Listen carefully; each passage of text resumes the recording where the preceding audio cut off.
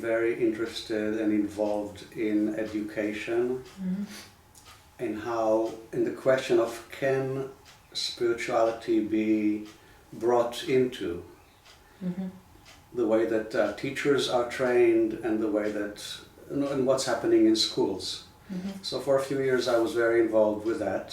Started a movement with a lot of educators. And then about 5 years ago, a friend of mine who is a professor at the Haifa University suggested that I would do a PhD, and she said she would be happy to be my advisor, and that was quite an opportunity, and I decided I wanted to do that. So I've been a doctoral student for the last 4 years. In philosophy, or what's? Well, because she's a clinical psychologist, but she's in the department, in the Faculty of Education. So for that reason, I also am doing my PhD at the Faculty of Education at the University of Haifa. But really, the subject is somewhere between psychology of religion and spirituality and sociology of religion and spirituality. So maybe before I say something about my dissertation, my PhD dissertation, I should mention that a few years before I went back to the university, I did a research on the teacher-student relationship in different traditions, different spiritual paths. I ended up interviewing about 100 people, about 30-something teachers and 60-something students of those teachers on their relationships. I wanted to get a view from both ends of the relationship, and I ended up writing a book about this. I really did the research because it was a topic that was of great interest for me, especially because of what happened with my experience with Andrew, which was like the most significant relationship I had as an adult. And I benefited tremendously from that relationship, and it ended up with disappointment. So I really needed to figure out or try to find out what happened. Why and what's the conclusion? Yeah, did you get an answer on that? Well, I can tell you a few conclusions that I reached. One is that the relationship is packed with paradox and dilemmas. So there are a lot of contradictions in this relationship. The most obvious one is that the student wants to become completely independent, but for that the student needs to surrender and completely give up their independence, at least for a period of time. So the dynamic between surrender and independence is a very and the dynamic of how these two elements work with each other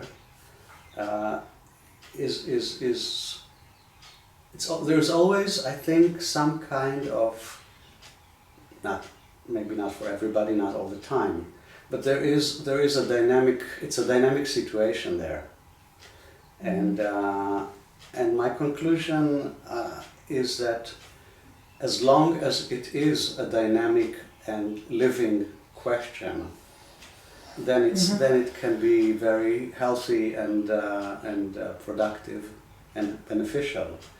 But if it moves too much to one extreme, so if the student becomes so profoundly surrendered that they lose any ability to think critically or ask questions, or if it goes the other way around, if the student refuses to surrender because they insist on maintaining their independence, then it will not serve the student perfectly or as it can serve.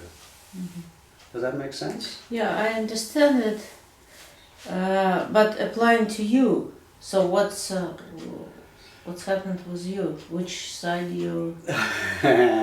Well, I had a very interesting, and that's one of the chapters in the book. I had a very interesting discussion with Andrew about this question, about what happened at the time that I left.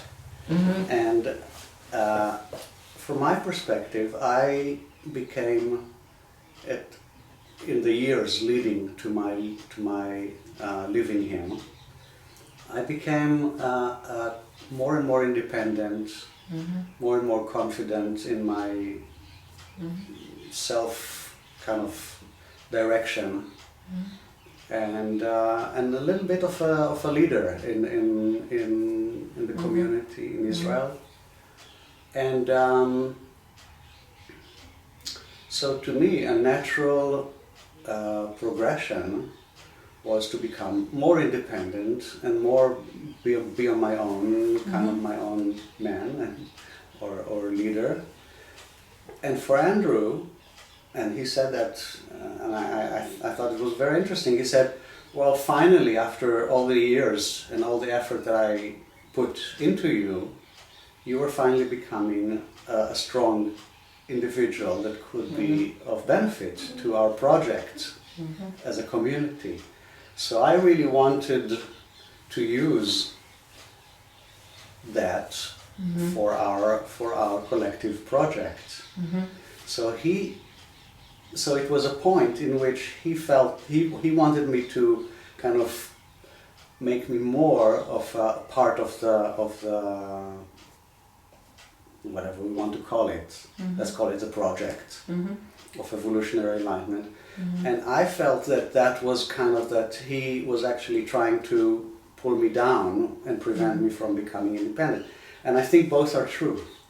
I think it was there was a clash there between my need for independence and his need for me to become more surrendered and more be in service of the collective project.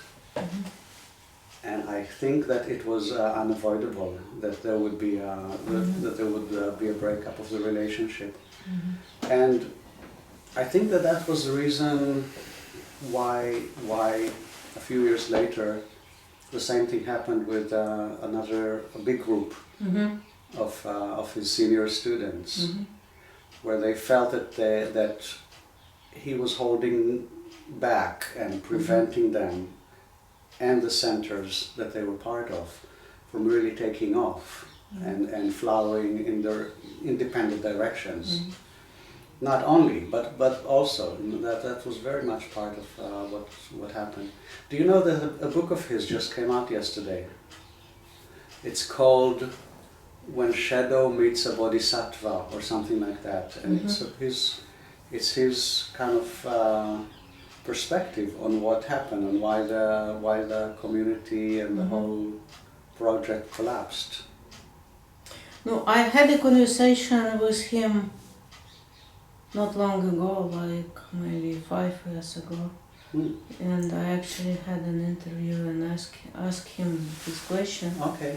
I had it on video, but I don't remember what he said, but I remember the feeling that he actually, there is no clarity. So at least I could not get the clarity about that from him.